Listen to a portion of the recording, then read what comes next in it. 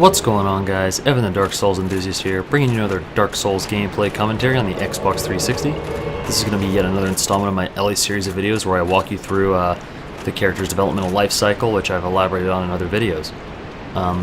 One thing I do want to point out for those new to the series or have some questions about it, this is not to be confused with a Let's Play. I do show the vast majority of areas in the game, more than I originally intended to show, but that was just for the sake of being a bit of a completionist in terms of showing this character's progression through the acquisition of every valuable item, every valuable sidearm for PvP.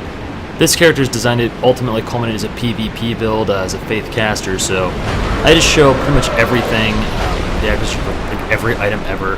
So, excuse me, I did wind up showing a little more than I had originally intended, but with that said, I've still enjoyed it and I've got a lot more coming, so if you like this kind of commentary, you know, stick around because we got a lot more to go. I've got tons of this stuff saved on my hard drive. And this series will definitely end with like some PvP montage clips where I just show you like match after match of PvP and I'll commentate, you know, where it went wrong, what I didn't do. This is just a quick upload of the Gaping Dragon boss, but I've put it off for a while on this character because I needed a sunlight medal for Bro Tear there, and whenever I trade this, Bro Tear gets killed, so I decided that I should over-prepare, that way I can drop the dragon quick, and Greater Combustion really helps with that. So I'm spamming Greater Combustion on him. He's too slow to dodge really anything. I mean, it's the Gaping Dragon, one of the easiest bosses in the game that winds up killing a lot of people, myself included, but that's mostly due to overconfidence or impatience. This is one of those fights where you can lose just because it takes forever. Like, he has so much life. I mean, this is a plus 15 Pyromancer's Flame. This would have dropped most bosses in the game without incident.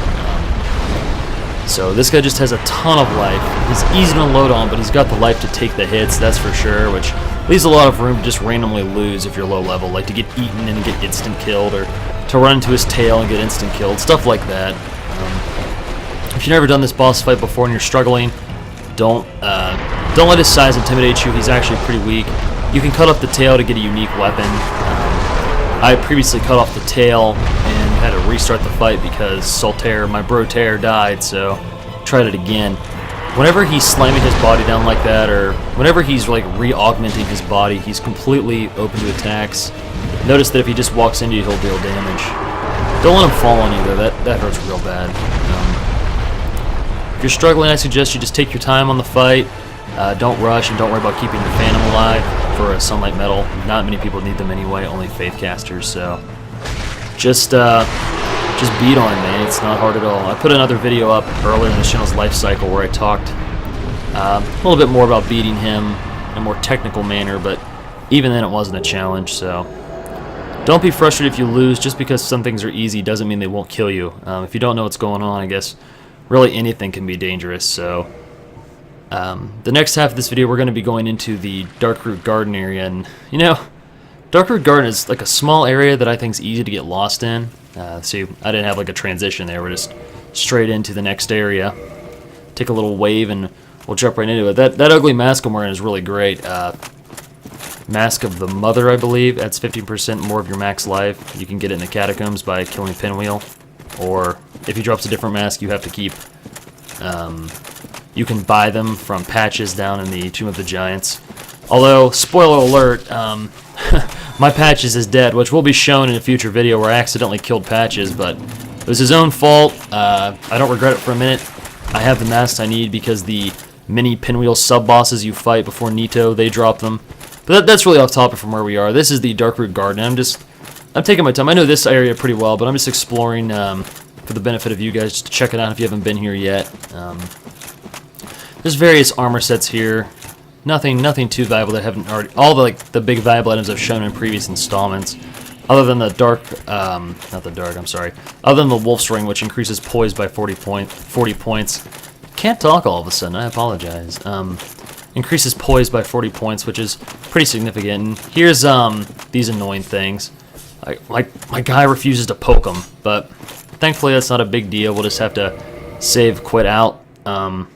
I was originally going to edit this whole process out, but the reason I went ahead and left it in was so you guys could see that this trick does work and they're not gone forever, because I still see on message boards people seem to think if they miss them then you're screwed and you just lose out on those materials, but that's untrue. Farming materials in this game is a lot easier than it was in Demon Souls, period, which is Probably for the better. I mean, the purists don't like the fact that people have to grind a little less, but I don't mind grinding, but it's never like my favorite thing to do, so I prefer to minimize the process.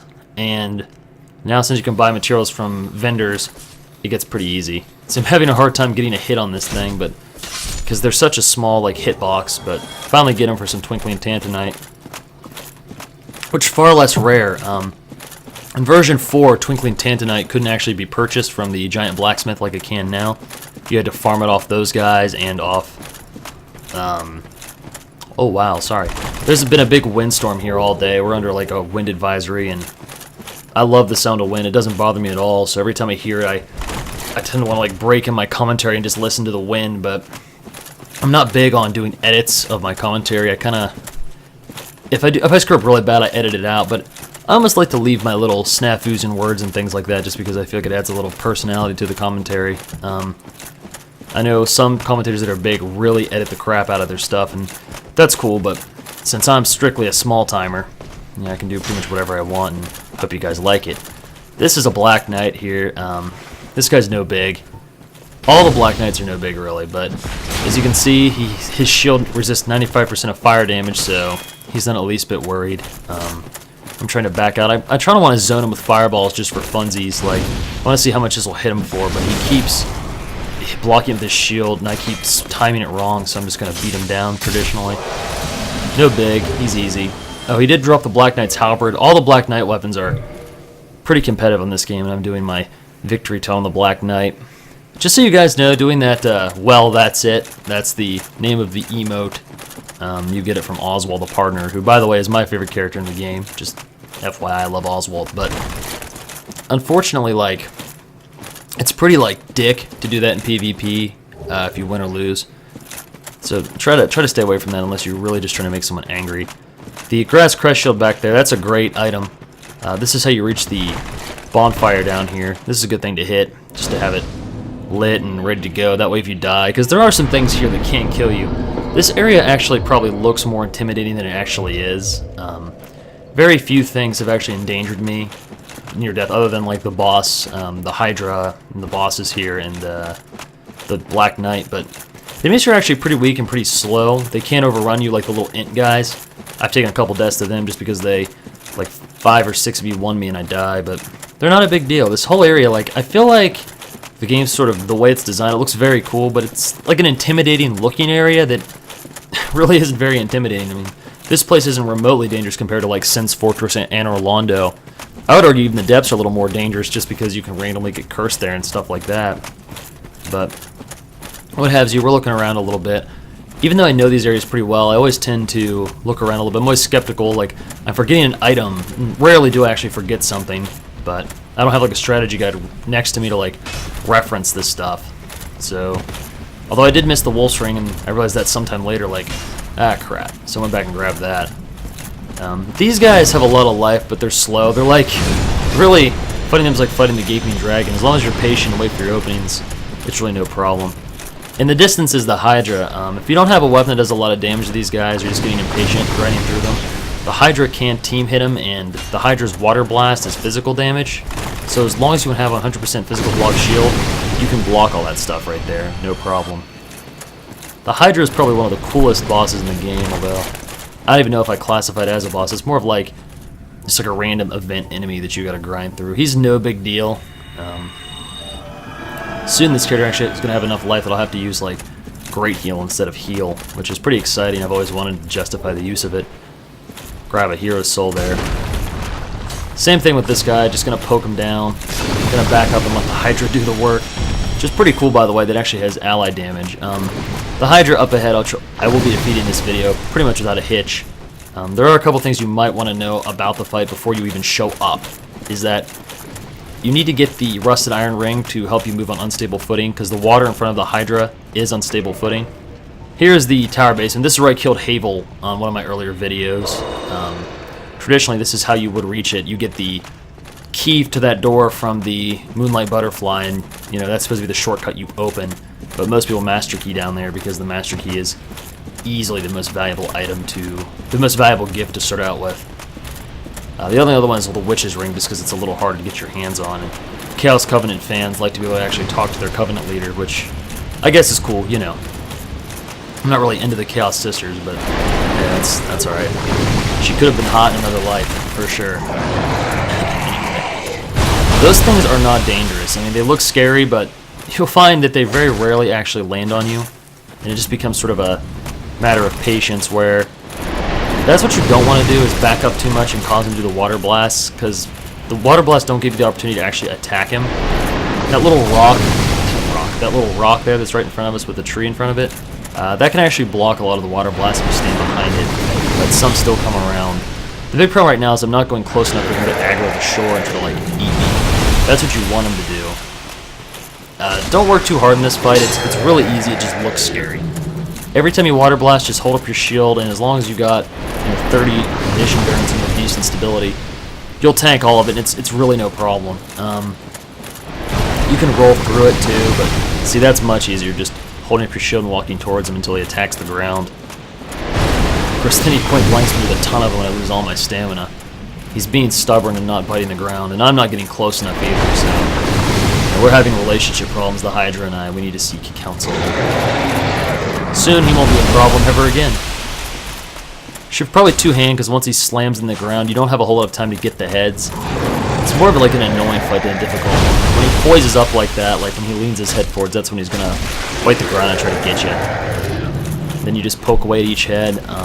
His total life bar is in the back, and doing significant amount of damage to any of the heads will make that particular head drop off, which is a double-edged sword. As more and more heads break off, it covers less area with the biting attack, which is where you have to attack him anyway. But on the flip side, it also makes it harder to hit him.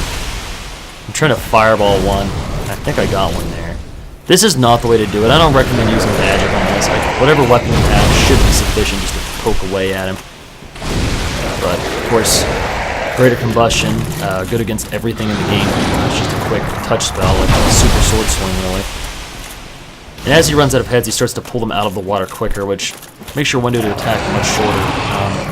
You might get in a situation where the only heads left are the ones that are in the water, which is why you need the ring to move around. If you're melee and you're not like a caster, you're not an archer, you don't have the ring, it can be really hard to move up on the last head. So that's just something to keep in mind. It's not really a big deal. This fight is more of a nuisance for me, so I prefer the one in the Great Salt Lake. A couple things to keep in mind before the end of the video is you can die. Where the Hydra is in the water is actually not shallow. You will fall to your death if you try to run up to him and fight him like conventionally. So if you're going to try to approach like close range, you have to go to the left. Go to the left wall, and you can see the ground will be beneath you. It can be hard to see because it's kind of opaque. I don't know how that's pronounced. You know what I mean. Hard to see. Hard to see the ground through the murky water. But safe zone, that's how you avoid the mouths and the blasts if you're in trouble. Good message that guy left, but probably unnecessary. Whew, just ramble, this commentary. But just want to talk a little about the Hydra fight. I've never really talked about this before on my channel. It's not hard at all, as you'll see. I think he's down to, what, 2 heads now? Yeah, one of those heads is biting, I think, like, glitching through a wall. It's, like, off-screen, yeah. You fight 2 of these guys, actually, which I think is pretty interesting, not just one. I think the designers must have really liked this guy. You know, maybe I'm not, this is just a personal thing, but maybe they should have made him harder, because he's such like an epic enemy. They should have made him really, really hard. And you have to commit to your target. Don't do what I did there, where you look and like, oh, that's a battle, and I'll go looking for another one. You don't have time. It's like you have to attack the one you commit to right at the start. Oops, clip that head finally. Trying to bring this thing down. Of course, if you're a caster, this is much easier. You can just soul arrow the heads when they come down. It's super easy, but I am not. Elly is a faith caster, and I don't have Wrath of Gods equipped. Finally, the Hydra goes down.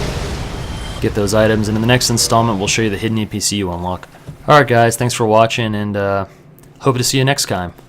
Next time.